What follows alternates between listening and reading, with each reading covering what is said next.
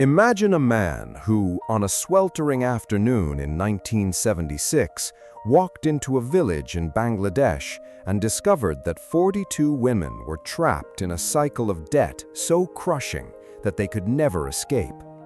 They made beautiful bamboo stools with their own hands, but every penny they earned went to a moneylender who charged them interest rates so high it was legalized robbery. The women owed a total of $27. That was all. $27 stood between 42 families and freedom.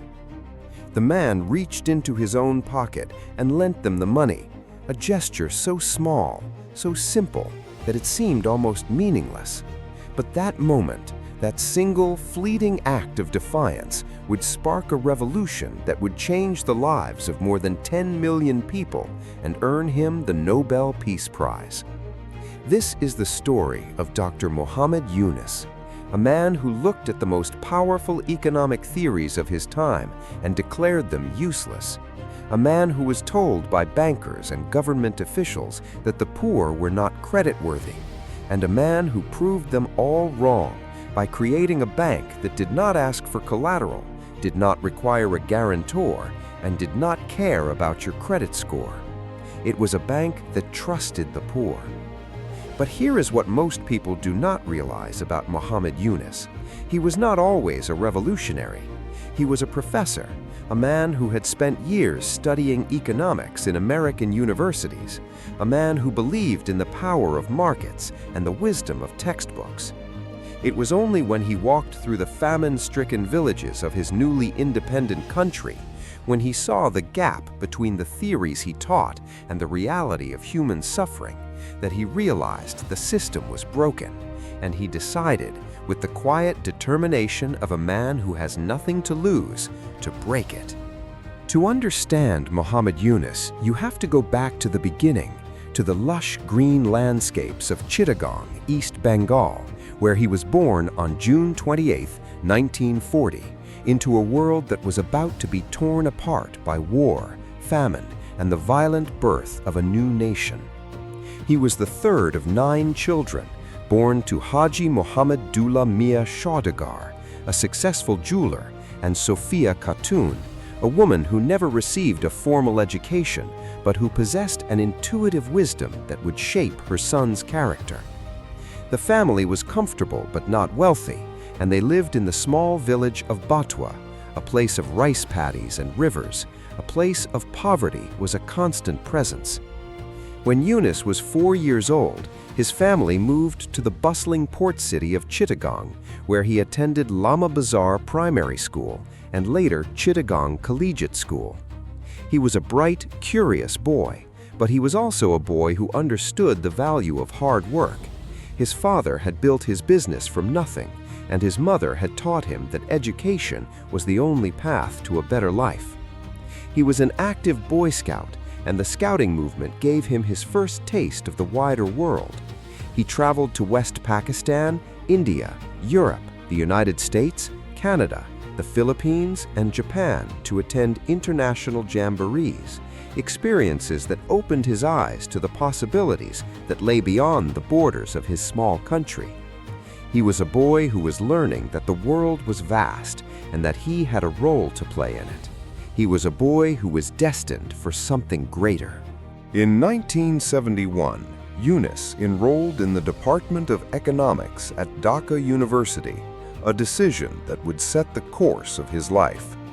He completed his BA in 1960 and his MA in 1961, graduating with honors and a deep understanding of the economic theories that dominated the post-colonial world. He was a brilliant student, a man who could recite Keynes and Marx with equal fluency, a man who believed that economics was the key to solving the problems of poverty and underdevelopment.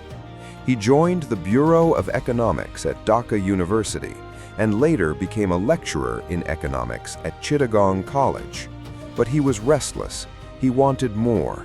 He wanted to understand the world at its deepest level.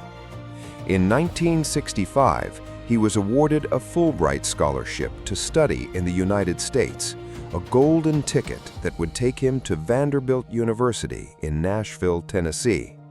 He earned his PhD in economics in 1969, a monumental achievement for a young man from a small village in Bangladesh. He was now Dr. Muhammad Yunus, a man who had mastered the most sophisticated economic theories of his age.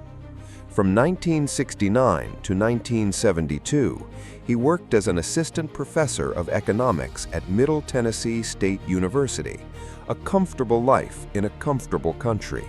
He had achieved the American dream. He was a success. But something was missing. He was a man who had traveled halfway around the world to find the answers, only to realize that the questions he was asking were the wrong ones. The turning point came in 1971 when East Pakistan erupted in a violent struggle for independence. The Pakistani military launched a brutal crackdown on the Bengali population, unleashing a wave of atrocities that would leave hundreds of thousands dead and millions displaced. Yunus was in the United States, watching from afar, his heart breaking with every news report. He could not stand by and do nothing. He founded a citizens committee in Nashville, published a newsletter called Bangladesh Newsletter, and ran the Bangladesh Information Center in Washington, D.C. to lobby the U.S. Congress to stop military aid to Pakistan. He was a man who was using his voice, his education, and his platform to fight for the liberation of his homeland. When Bangladesh finally achieved independence in December 1971, Yunus knew he had to return. He had a duty to his country, a duty to help rebuild a nation that had been ravaged by war. In 1972, he left his comfortable life in America and returned to Bangladesh, joining the economics department of the University of Chittagong. He was a man who had chosen purpose over comfort, a man who had decided that his life would be dedicated to the service of his people. The year 1974 was the year that broke him. A devastating famine swept through Bangladesh, a slow-motion catastrophe that killed hundreds of thousands of people. Yunus was teaching economics at the university, lecturing his students about the theories of supply and demand, about the invisible hand of the market, about the elegant equations that were supposed to explain human behavior. But outside the classroom, people were dying. They were starving to death in the streets, their bodies bloated and skeletal, their eyes empty of hope. The theories he was teaching were useless. They could not explain the horror. They could not stop the suffering. They were elegant, sophisticated, and completely irrelevant. He began to question everything he had learned. He began to walk through the villages surrounding the university, talking to the poor, listening to their stories, trying to understand the roots of their poverty. He was a man who was searching for a new way of thinking, a man who was determined to find a solution that the textbooks could not provide. In 1976, during one of his visits to the village of Jobra near the university, Yunus made a discovery that would change his life and the lives of millions. He met a woman named Sufia Begum who made bamboo stools for a living. She was skilled, hard-working, and determined to support her family. But she was trapped. To buy the bamboo she needed to make her stools, she had to borrow money from a local moneylender. The moneylender charged her an interest rate so high that she could never repay the loan. She worked from dawn to dusk, and every penny she earned went back to the moneylender.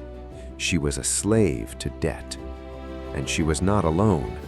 Yunus discovered that 42 women in the village were in the same situation. They owed a total of $27. It was a trivial amount. It was less than the price of a good meal in an American restaurant. And yet, this tiny sum was the difference between freedom and bondage. Yunus could not believe what he was hearing. He reached into his own pocket and lent the women the money. It was a simple act, a gesture of pure, unadulterated empathy, but it was also a declaration of war against the system. He began to ask a question that would become the foundation of his life's work. Why couldn't the poor get loans from banks? The answer was simple and infuriating. The banks did not consider the poor creditworthy. They had no collateral, no assets, no credit history. They were risks. They were not worth the effort. Yunus was outraged. He argued that the poor were not poor because they were lazy or stupid. They were poor because the system was designed to exclude them. He believed that access to credit was a human right, not a privilege for the wealthy. He approached traditional banks and asked them to lend to the poor. They refused. He offered to act as a guarantor. They were still not interested. He persisted. He spent months knocking on doors, writing letters, making phone calls. He was a man who was determined to prove that the poor could be trusted. Finally, in December 1976, he secured a line of credit from the Janata Bank, a state-owned commercial bank, by offering himself as the guarantor. He began lending money to the poor in Jobra, and the results were astonishing. The borrowers repaid their loans with a repayment rate of over 98%. The poor were not risky. They were reliable, they were honest, and they were desperate for a chance to build a better life. The project grew. Yunus expanded his lending to other villages, and he developed a model that was radically different from traditional banking. The loans were tiny, sometimes as small as $25. They were given without collateral. They were given to groups of 5 women who would support each other and hold each other accountable. The group structure created peer pressure, a powerful incentive to repay the loans. And the loans were given to women, because Yunus had observed that women were more responsible with money than men. They invested in their families, their children, and their communities. Over 97% of Grameen Bank's borrowers were women. It was a revolutionary idea, a complete inversion of the traditional banking model. By 1983, the project had grown so large that it was transformed into a full-fledged bank, the Grameen Bank, which means village bank in Bengali. It was a bank that was owned by its borrowers, a bank that was designed to serve the people who had been ignored by the financial system. It was a bank that was built on trust. The success of Grameen Bank was nothing short of miraculous. It expanded across Bangladesh, reaching the poorest of the poor in the most remote villages. By 2006, the bank had 6.6 million borrowers, 97% of them women, operating in over 70,000 villages. It had dispersed billions of dollars in loans, and it had inspired a global microfinance movement. The Grameen model was replicated in countries around the world, from the United States to India to Kenya. It proved that the poor were not a problem to be solved. They were entrepreneurs waiting for an opportunity. It challenged the fundamental assumptions of traditional economics, and it offered a new vision of development, a vision that was built from the bottom up. In 2006, the Norwegian Nobel Prize Committee awarded Muhammad Yunus and Grameen Bank the Nobel Peace Prize for their efforts to create economic and social development from below. The committee recognized that the fight against poverty was a contribution to peace, that economic opportunity was the foundation of a stable and just society.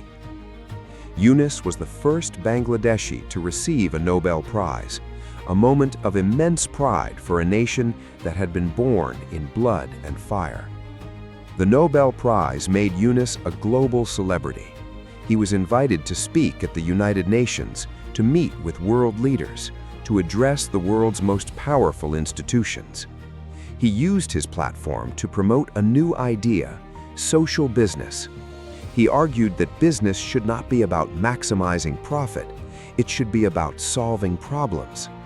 He envisioned a world where entrepreneurs would create businesses that were dedicated to social good, businesses that would address issues like poverty, hunger, and climate change.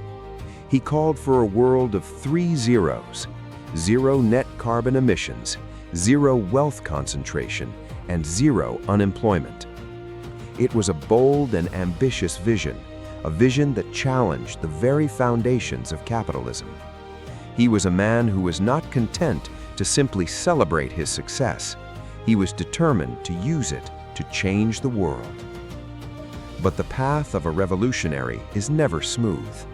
Yunus's success attracted powerful enemies. In Bangladesh, he was viewed with suspicion by the political establishment, particularly by Prime Minister Sheikh Hasina, who saw him as a threat to her power.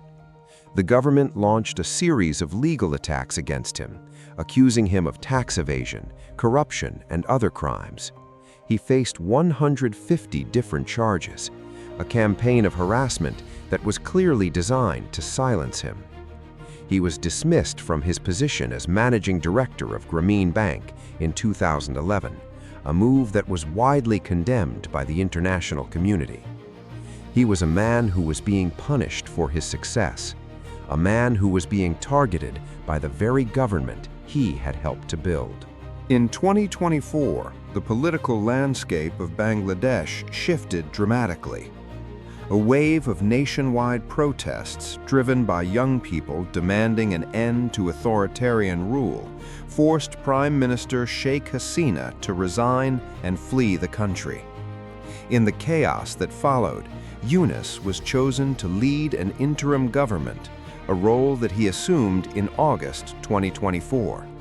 He was given the title of Chief Advisor, and he was tasked with stabilizing the country and guiding it toward new elections. It was a moment of profound irony. The man who had been persecuted by the regime was now being asked to lead the nation. He was a man who had spent his life fighting for the poor, and he was now being asked to save the country. His tenure as interim leader has been tumultuous. He has faced criticism for his handling of the transition, for his perceived inability to control the security situation, and for allegations that he has aligned himself with Islamist forces. He has been accused of dismissing reports of violence against minorities. He has been attacked by his political opponents, who accuse him of being a puppet of foreign powers. He is a man who is caught in a political storm, a man who is trying to navigate the treacherous waters of Bangladeshi politics. He has pledged to hold inclusive, credible elections, and he has promised to restore democracy to the country. But the challenges are immense. The country is deeply divided, the economy is struggling, and the political establishment is determined to resist his reforms. The legacy of Muhammad Yunus is one of the most remarkable in modern history. He has been called the banker to the poor, a man who invented microcredit and transformed the lives of millions. He has been honored with the Nobel Peace Prize, the U.S. Presidential Medal of Freedom, and the Congressional Gold Medal. He is a symbol of the power of one person to change the world. But his legacy is also a story of struggle, of a man who has faced persecution, harassment, and political opposition. He is a man who has been both a hero and a target, a man who has been celebrated and vilified. He is a man who has shown that poverty is not inevitable, that it is a problem that can be solved, and that the poor are not helpless victims. They are entrepreneurs waiting for a chance. Why should someone born today still care about Muhammad Yunus? Because his life is a testament to the power of a single idea. He was a man who was not satisfied with the world as it was, a man who refused to accept that poverty was inevitable, a man who dared to imagine a different kind of banking, a different kind of economy, a different kind of world. He showed us that the poor are not the problem, they are the solution. He showed us that credit is a human right, not a privilege. He showed us that the most powerful weapon in the fight against poverty is not aid, but opportunity. He showed us that one person, armed with nothing but conviction and compassion, can change the lives of millions. He was a man who believed that human beings are not born to be poor, that they are born to be creative, to be entrepreneurial, to be free. He was a man who dedicated his life to proving that belief, and in doing so, he gave the world a gift that can never be taken away. He once said, "Poverty is created by the system we created. If we can fix the system, we can cure poverty." He has spent his life trying to fix that system. He is not done yet, and as long as there is poverty in the world, his work will not be finished. He is a man who has shown us that the impossible is possible, and that the fight for justice is never over. He is a man who changed the world, and his story will continue to inspire generations to come. He is a man who dared to dream, and in his dreams, he found a way to set millions free.